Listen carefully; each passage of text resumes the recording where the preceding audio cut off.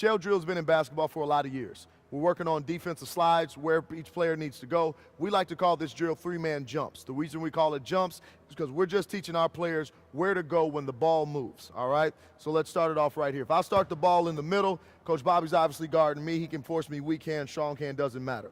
What we teach our players when they're one pass away, they've got to be 1/3 away from their offensive player, 2/3 away from the ball with a hand in the passing lane, okay? You'll notice Coach Alex has his right hand in, Coach Jeff has his left hand in. This is the perfect situation that we want. If I was to start to penetrate this gap, we've got help on this side. Same thing if we were going over to that gap, okay? Now, if the ball swings over to Coach Nick, when the ball moves, players move. That's what we always say. Ball moves, you move, okay? Coach Bobby's got to jump and drop. All right, so he's making sure I can't basket cut. I should run right into his chest. All right, that's a major thing we see from top. When the player's here, the defender stands here. All right, so if Bobby was to stand here, if I just fake away and get my inside foot over his top foot, I've got a basket cut all day.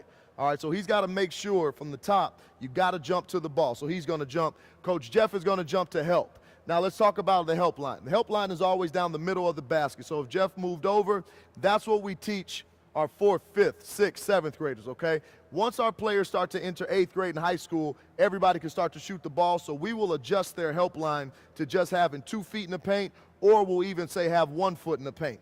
All right, that's always to a coach's discretion. It's always on who you're guarding. You got to know personnel. All right, so right now Coach Jeff's on help.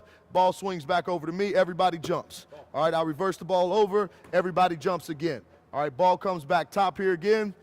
Everybody jumps. Every time the ball moves, it's a mini closeout. All right, that's what we call it. So when we throw the ball to Coach Nick, Coach Alex's hands got to go, and then he's in a little closeout there.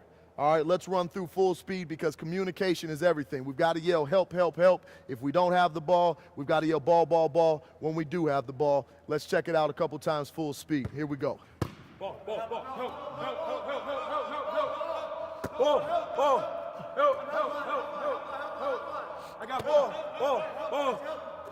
Help, help, help. Ball. Stop. And that's what it should look like. 3-man jumps. Great drill you should have in every one of your practices to make sure players are in the right position on the defensive end.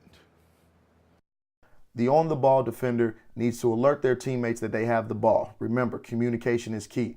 They should be 1 arm length away from their offensive player, and they need to have active hands. Active hands means they can either guard the shot, they can have a hand in the passing lane, or they can have a hand digging at the basketball as their offensive player is dribbling.